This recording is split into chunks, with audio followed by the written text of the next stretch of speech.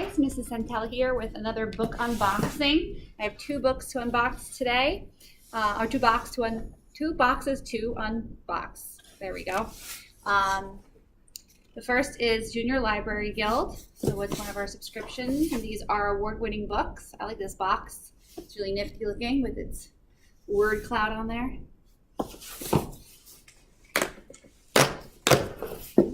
Great. So both boxes that I'm gonna open today are surprises to me, because these are subscriptions where the company selects the books for us. These look so good already. This first book here is Monstrous Devices. I totally want to read this. It says, beware of things that go click in the night. Look at that cover. That is such a cool cover. When Alex receives an old tin robot from his grandfather, he sees nothing unusual about it at first. What fun, an evil villain, a host of scary robots, big and small, and a hero with commendably bad personal habits. Let's see what the inside says. It says, on a winter's day in a British town, 12-year-old Alex receives a package in the mail, an old tin robot from his grandfather. This one is special, says the enclosed note, and when strange events start occurring around him, Alex suspects this small toy is more than special. It might be deadly. Right as things get out of hand, Alex's grandfather arrives, pulling him away from an attack and his otherwise humdrum world of friends, bullies, and homework, and into the macabre magic of an ancient family feud. Together, the duo flees across snowy Europe, unraveling the riddle of the little robot while trying to outwit relentless assassins of the human and mechanical kind. With an ever-present admiration for the hidden mysteries of our world, Monstrous Devices plunges readers into a gripping adventure that's sure to surprise. Wow.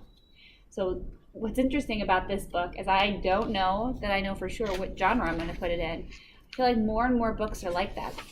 This one has elements of fantasy, it has adventure, it seems like it kind of has some horror in it. So I'll have to make a decision where I think this one should go, but it looks awesome. It looks really, really good. Exciting book. So new to the Puma Den, check it out. The Bigfoot Files, that's cool too. Oh, I love the back. Some things are true, whether you believe them or not. Look how cool that is with that text and that foot. The Loch Ness Monster, the Frogman, Bigfoot. 12-year-old Miranda Cho used to believe in it all, used to love poring over every strange footprint, every stray hair, everything that proved that the world was full of wonders.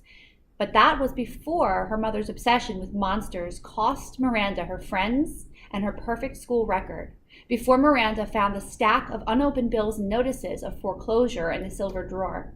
Now the fact that her mom's a cryptozoologist doesn't seem wonderful. It's embarrassing and irresponsible, and it could cost them everything. So Miranda agrees to go on one last creature hunt, determined to use all her scientific know-how to prove her mother once and for all that Bigfoot isn't real.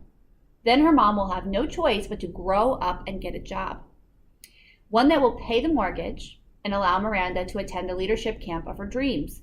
But when the trip goes horribly awry, will it be Miranda who's forced to question everything she believes? Looks really cool. That's by Lindsay Eager. New to the Puma Den. Oh my goodness, so many cool books. Living My American Dream, Proud. It's Young Readers Edition. Sink or swim, but I think you're going to swim. At the 2016 Olympic Games, Ibtihaj Mohammed smashed barriers as the first American to compete wearing hijab, and she made history as the first Muslim American woman to win a medal. But before she was an Olympian, activist, and entrepreneur, I'm not going to say her name right, Ibtihaj was a young outsider trying to find her place. Growing up in suburban New Jersey, Ibtihaj was often the only African American Muslim student in her class. When she discovered and fell in love with fencing, a sport most popular with affluent young white people, she stood out even more. Rivals and teammates often pointed out her differences, telling her she would never succeed, yet she powered on, rising above bigotry and other obstacles on the path to pursuing her dream. Read on to discover her inspiring journey from humble beginnings to the international stage, told in her own words and enhanced with helpful advice and never before published photographs. Proud is an all-American tale of faith, family, hard work, and self-reliance. Very cool. I'm looking for some of those pictures of that.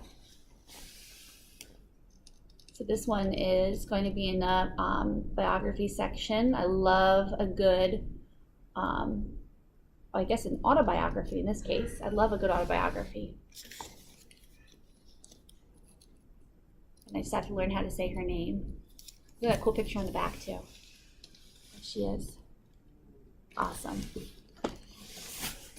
We have another I Survived. I know those are pretty popular. This one is the I Survived the Attack of the Grizzlies, 1967, by Lauren Tarshy.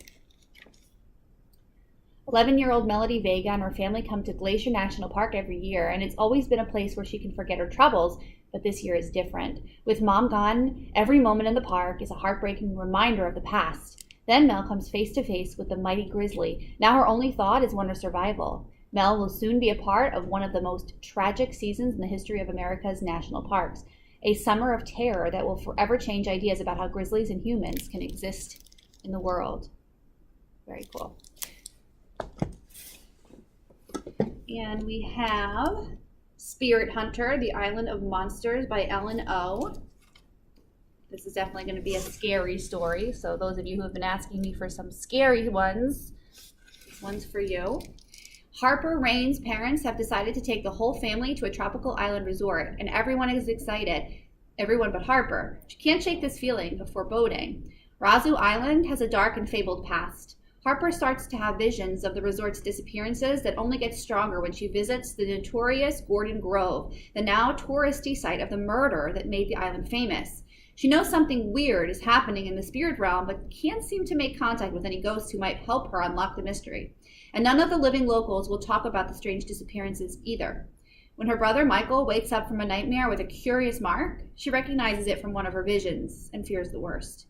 In order to protect her brother and everyone else who's been marked, she has to find out what's really going on, and soon. And the last one in the box, Lafayette, Hazardous Tales. It's a Revolutionary War tale, and it's a graphic novel. So if you like history, you like war stories, you like graphic novels, this one has it all. And that's all of our books from the Junior Library Guild. Now we have our Scholastic box.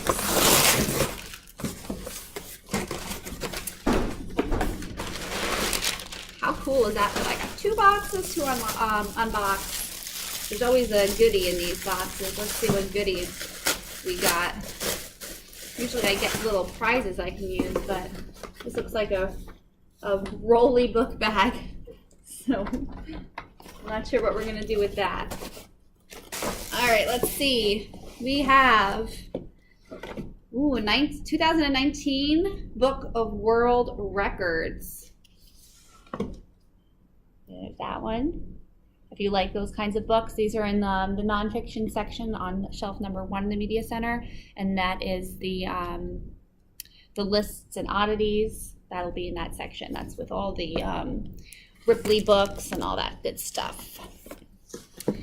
We have Let Sleeping Dragons Lie. So that's a fantasy book. It says, this first series installment is a true blue errant knight's tale, complete with dragons, sassy enchanted objects, and a destiny that comes before anyone is ready. Hands just about any middle grader looking for a swashbuckling adventure. So it's adventure, but this one's going to be in the fantasy section. And that's by Garth Nix and Sean Williams. We have Where She Fell by Caitlin Ward. Wondrous and gruesome. So let's see. I am in a hole, a deep hole, judging by the pinprick of light above me, a sinkhole. A glob of mud slops onto the ground beside me. Another lands on my knee. Dirt and debris join it, all raining down, faster and faster. Help, I whimper, then much louder. Help! It's no use. The dirt's going to bury me alive before anyone can save me. Wow. So I don't know if this one might be I think it's going to be in horror. Eliza's heard the legends about the swamp near her house, that people have stumbled into sinkholes, never to be seen again, maybe even falling to the center of the earth. As an inspiring geologist, she knows the last part is impossible, but when her best friends drag her onto the uneven ground anyway, Eliza also knows to be worried. And when the earth opens under her feet, there isn't even time to say, "I told you so." She scrambles through one cave, which leads to another and another. Eliza finds herself in an impossible world where a small group of people survive underground, running from vicious creatures, eating giant bugs, and creating their own subterranean society. Eliza is grateful to be alive, but this isn't home. Is she willing to risk everything to get back to the surface? That's definitely going to be a scary one. Another scary one for my horror fans. Ooh, cool. Space, the definitive visual catalog of the universe. This will be great for science when you guys learn about space. Those nice pictures. Nice. It's like those infographic type of pages, nice big photos. That's a cool one. And the very last, but not least, we have On Blood Road, a Vietnam War novel. So that'll be in the historical fiction section. It says, we're back in the jungle, safe but not safe, because nowhere in Vietnam is safe. Death waits around every bend. Death is never more than a footstep away. Death doesn't even wait. Death hunts you down. Death comes for you in 1,000 ways. The last place on earth Taylor Sorensen wants to be is in Saigon, in the middle of the Vietnam War. His mom dragged him here to visit his dad, special attaché to something or other stationed at the U.S. Embassy, and Taylor is bored out of his skull. One night, during a dull embassy dinner, he decides to sneak out to see the Tet celebrations in the city. But before he makes it very far, fighting erupts across all of South Vietnam, and Taylor is captured by the North Vietnamese army. Quickly realizing he could be an important bargaining chip, the NVA decides to move Taylor to the north. The only way there is on the Ho Chi Minh Trail, a series of dangerous paths that snake through South Vietnam into Laos and Cambodia before finally ending in North Vietnam. But thousands have died on the trail, and even if Taylor makes it, he doesn't know what's waiting for him at the other end. What follows is an unforgiving journey during one of the most controversial wars in U.S. history, where one boy is forced to confront the true cost of war and what it really means to survive. So that's On Blood Road, and it's by Steve Watkins. That looks really exciting. One of those books where the adventure probably never stops. So that's the last of the books from our boxes. I hope you'll come to the Media Center and check out some of our new books. They'll be on the yellow cart. Thanks for watching.